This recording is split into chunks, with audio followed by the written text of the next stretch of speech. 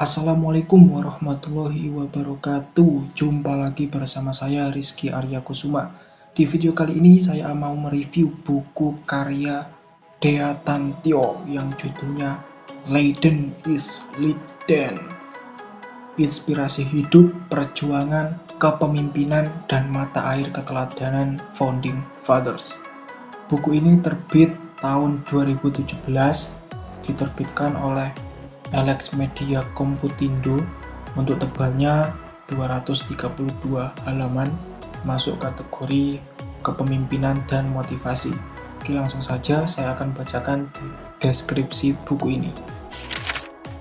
Buku ini bukan kumpulan cerita atau tulisan ilmiah kaku, melainkan pertemuan kita dengan beragam tokoh seperti Soekarno, Muhammad Hatta, Agus Salim, Natsir, Hamka, Umar, Khalid, Ahmad Yasin, Gandhi, Che Guevara, Roosevelt, Suhoki, hingga Marcus Tullius Cicero, serta berderet manusia yang turut membangun skenario kepemimpinan di Indonesia dan dunia.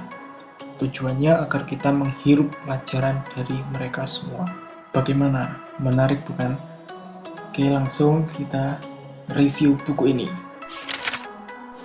Jadi menurut saya, buku Leiden is Leiden ini adalah buku yang luar biasa dan inspiratif. Kenapa? Karena baru membaca di awal-awal saja, saya sudah dibikin haru dan bangga sekaligus kagum dengan para Founding Fathers dan Founding Mothers Indonesia. Namun buku ini tidak hanya berfokus pada tokoh-tokoh lokal. Dea Tantyo juga mengambil kisah dan kepribadian yang inspiratif dari para pemimpin di berbagai belahan dunia. Seperti yang saya sebutkan di deskripsi sebelumnya, ada tokoh-tokoh dunia seperti Gandhi, Umar bin Khattab, Khalid bin Walid, Marcus Cicero, dan lain-lainnya. Pastinya buku ini akan memotivasi pembaca untuk menemukan dan membangkitkan jiwa kepemimpinan dalam dirinya. Selain itu, buku ini juga bisa membuat kita lebih mencintai Indonesia.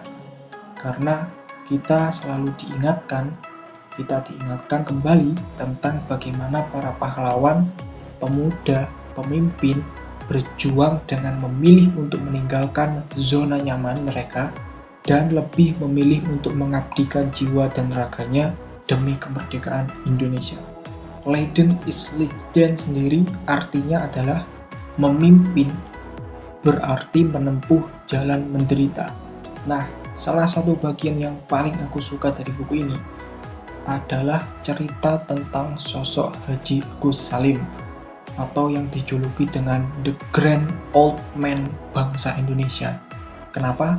Karena menurutku kisah dari Bapak Haji Agus Salim ini merupakan contoh konkret dari prinsip Leiden is Leiden. Bagi Agus Salim, penderitaan bukanlah keterpaksaan, melainkan pilihan. Ia lebih memilih keluar dari PID. PID waktu itu merupakan agen intelnya Belanda. Ketika masih di PID, Agus Salim mendapat bayaran yang luar biasa. Namun, ia lebih memilih bergabung dengan SI atau Syarikat Islam untuk memperjuangkan kemerdekaan Indonesia. Kelak, ia dikenal sebagai sang singa podium, sang peluru diplomasi, dan dikenal juga menguasai 9 bahasa asing dengan fasih, tidak berkompromi dengan kolonial, sang inspirator yang menggalang dukungan de jure dari negara-negara Timur Tengah saat awal-awal kemerdekaan Indonesia. Dari sosok Haji Agus Salim saja, sudah banyak inspirasi yang bisa kita dapatkan. Sedangkan dalam buku ini, tokoh-tokoh yang dibahas jumlahnya puluhan. Jadi, bisa dibayangkan kita akan mendapatkan banyak inspirasi hanya dengan membaca satu buku ini saja. Buku ini sendiri dibagi menjadi 15 bab, diawali dengan membangun leadership mentality dan diakhiri dengan kutipan-kutipan motivasional dari tokoh-tokoh seperti Soekarno dan Hatta. Oke, sekian untuk review singkatnya. Intinya buku ini bagus sekali.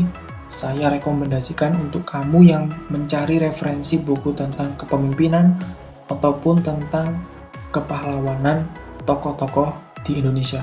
Untuk rating sendiri aku memberikan rating 5 dari 5. Sempurna. Baik, untuk menutup review di video ini saya akan mengutip kalimat dari Dea Tantyo yang sangat-sangat membekas. The servant leader seperti tentara yang gagah di medan perang. He fight is not because he hates what in front of him, but he loves what is behind him. Pemimpin adalah pelayan. That's the golden rule of leadership. Pemimpin adalah pelayan, tapi tidak semua pelayan adalah pemimpin. Yang tak mau jadi pelayan, tak boleh jadi pemimpin. The servant leader adalah sebuah panggilan untuk berkorban. Dalam konteks negara, kita menyebutnya negarawan. Bagi negarawan, negara dan rakyat adalah segalanya. Ada adagium, ketika tugas negara dimulai, kepentingan pribadi berakhir. Tuhan tak pernah keliru menyematkan kemuliaan. Mereka yang mengabdikan diri untuk perjuangan akan memperoleh kekayaan yang tak kasat mata oleh orang lain. Yang nampak mungkin bayangan penderitaan, terseok-seok oleh kehidupan, tapi sejatinya mereka tengah menikmati alam kemerdekaan dalam jiwanya. Betul kata Pram, kalau mati, matilah dengan berani. Kalau hidup, hiduplah dengan berani. Kalau keberanian tak ada, setiap bangsa asing bisa jajah kita. Menjadi pemimpin bermula dari memimpin diri sendiri, mewujudkan mimpi yang ingin dicapai. Tidak perlu membayar orang untuk menjadi pengikut.